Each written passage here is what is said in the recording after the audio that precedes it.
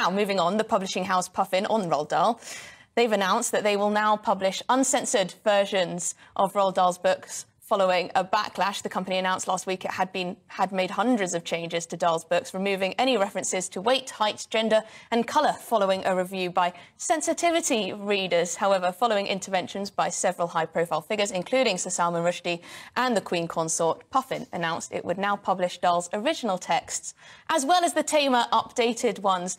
But perhaps there was an overreaction to Puffin editing Roald Dahl's books.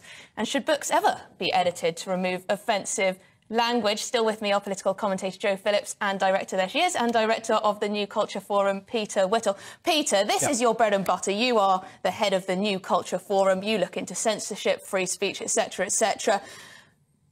You must understand better than anyone why this story was so big. Well, of course. I mean, in answer to what your original point out, Shami, I don't think there was overreaction at all to this.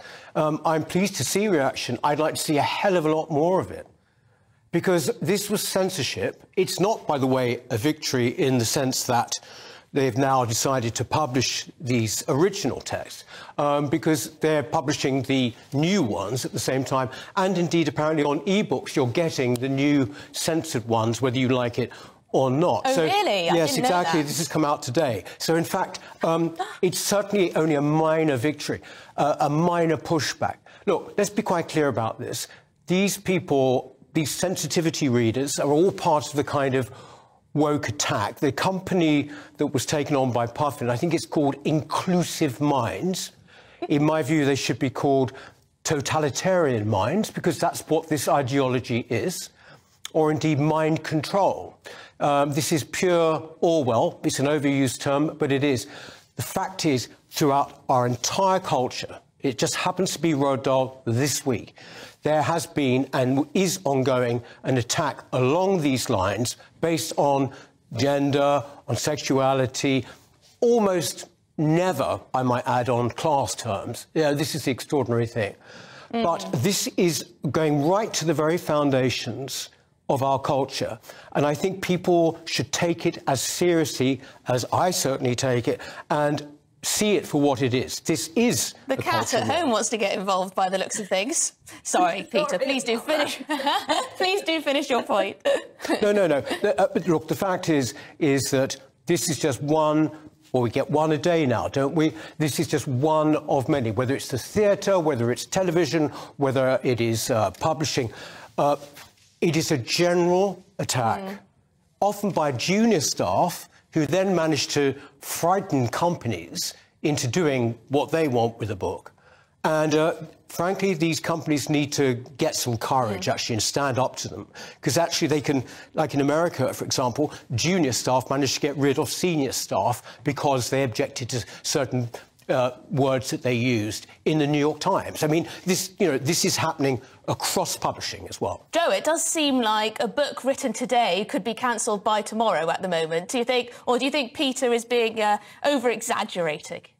No, I mean, I agree with Peter, and I think, any censorship on books and written material is the thin end of the wedge, and it is Orwellian, and it is something that we should fight against. And you mentioned in the introduction Salman Rushdie, who has been attacked for writing because he offended people. He was under a fatwa for very many years because he offended people through his writing. I mean, you could argue that some books that maybe Peter and I certainly might have read as children or had read to us wouldn't get published now. But, there is a huge canon of work out there for kids, from Beatrix Potter to Jacqueline Wilson to Mallory Blackman to Alex Rider.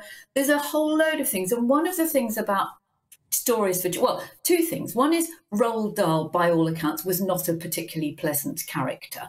And his books are not cutesy, sweet and lovely. They are all imbued with something deeply unpleasant and rather creepy, whether it's the witches or, the children love that. I loved it. And children love it. And children, that's what fairy tales and Grimm and Hans Andersen and all of those things and many, many fables are written on. It's about how you deal with children, and whether it's the library or whether it's at school or whether it's at home, you can say, well, that's not very nice, is it? Or, that person's not very nice, but you don't have to edit and change it.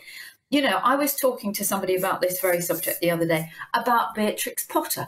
Now, where else in the world, in a children's book, would you learn the word soporific? Because I bet there's somebody out there who would say, oh, that's too hard, let's change it to makes you sleepy. But that's not the same. And the whole point about reading is exposing you to ideas and language and having that conversation. And if you don't like it, you don't have to buy it. I'm just a little bit cynical. I want to ask Peter, because he's an expert on this far more than I am.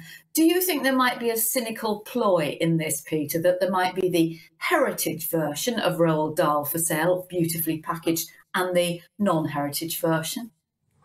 No, I mean, that would be to put that would be to give them the benefit of the doubt, really, Joe.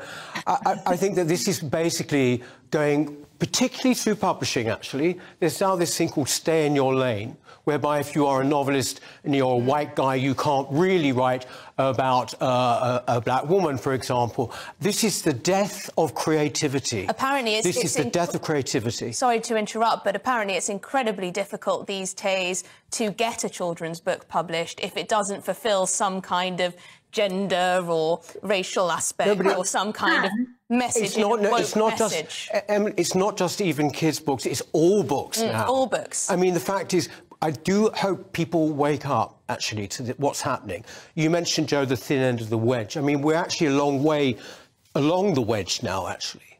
I mean, this is a fundamental assault on all the creative values that we have in Western civilization. It really is that serious. I think that's no exaggeration. I agree with you, Peter, and I just wish people would I wish people would share the same anger and fury at the unadulterated nonsense, misogyny, homophobia, sexism and everything else that comes out on Twitter and TikTok and social media.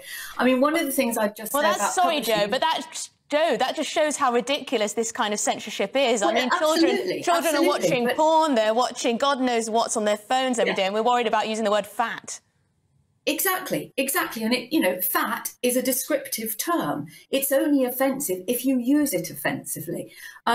And just on Peter's point about publishing, I mean, publishing is one of the most white middle class, certainly in this country, industries growing. And the way that you get into publishing is if you're rich enough or well connected enough that you can work for free, and that's where I think part of the problem comes from. It's people trying too hard to appease other people. They don't know what they probably feel like what they're doing.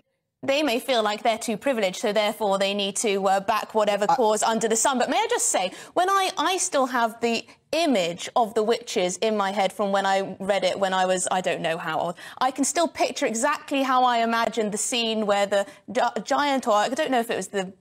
anyway, I can picture it so clearly in my mind, all the feelings I had, a little bit of fear, a little bit of excitement. It's just amazing how much books, and they need that imagery in them, don't they, Peter? But they absolutely do. And but it's not beautiful illustrations. It's not books, though. I mean, really, I appeal to your viewers of GB News. It's not just books, right? All of our institutions, that includes our cultural ones, that includes publishing houses, museums, all the rest of it, they have all been infiltrated by this kind of ideology. So, like, when you go to an exhibition, you will see things next to the paintings now telling you what to think. Publishing, book publishing, now they have these sensitivity readers who essentially impose their own ideology on the books. It takes a particularly Philistine attitude to be able to do that, actually. Unbelievably presumptuous. But that is, in fact, what these people are. It is an ideology which is anti-West. It probably helps, that Roald Dahl was a white, straight man. It probably helps in their view. It's extremely arrogant. Anyway, I think that's all we've got time for on that debate, but thank you very much indeed. That was very, very insightful, as always, our political panel with Joe Phillips, political commentator, and, of course, Peter Whittle, head of the New Culture Forum. Thank you very much indeed. I believe we are now going to the break.